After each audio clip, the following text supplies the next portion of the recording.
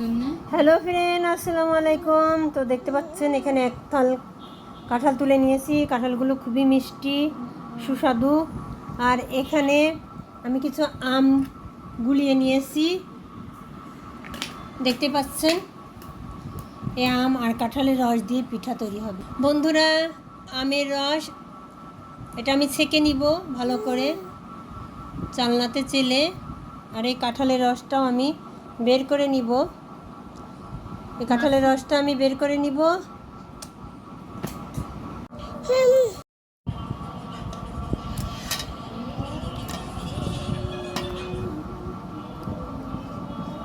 এটা আমি ছেঁকে নিচ্ছি, দেখতে পাচ্ছেন জুসটা বেড়ে যাচ্ছে। বাবু, তোমার মিয়াটা কি ছোটোটা কি আউটি মাছ হবে না কি? হ্যাঁ, ও করসের হাতের পার চল মাছ। স্কুলে কত না ও ওর বেলায় যা আনতো, যে আমার বেলায় কেউ নালিশ নিয়ে আসেনি, মনে মনে সেই দোয়াই করে। দেখতে পাচ্ছেন বন্ধুরা, নিচে আমার সুন্দর করে চালনি, এই যে চালনি দেখেছেন, এই যে চালনি, এই চালনি দিয়ে আমি সুন্দর করে আমের জুসটা বের করে নিচ্ছি।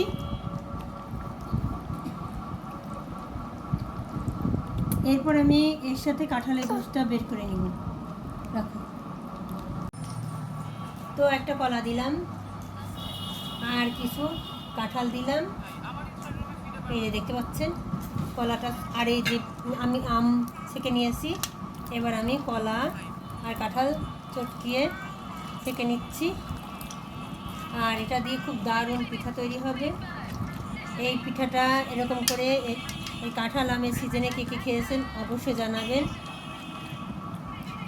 এই যে আমের জুস বের করে নিয়েছি, এবার কাঁঠালের জুস বের করে নিচ্ছি। দেখতে পাচ্ছেন এই যে কাঁঠালের জুস পড়তে শুরু করে দিয়েছে। একটু সুন্দর সুন্দর করে বের করে নিব।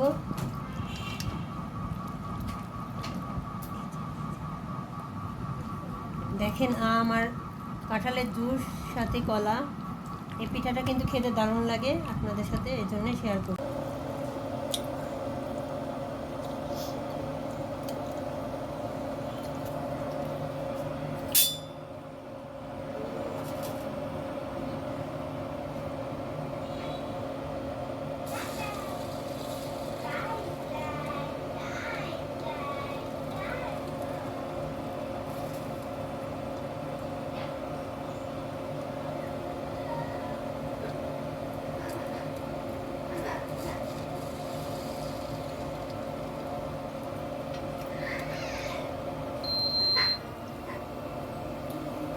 বাবু, নারকেল দাও, নারকেল দাও। হ্যাঁ,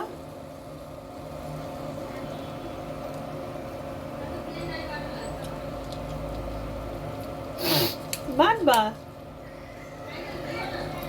কে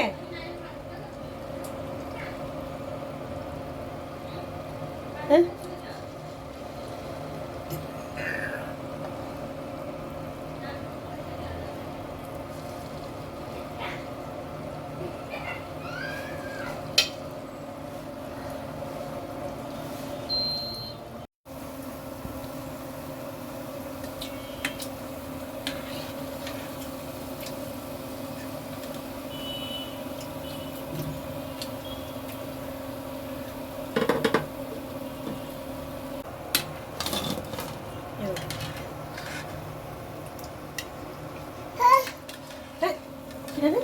ওমা তা ভালো,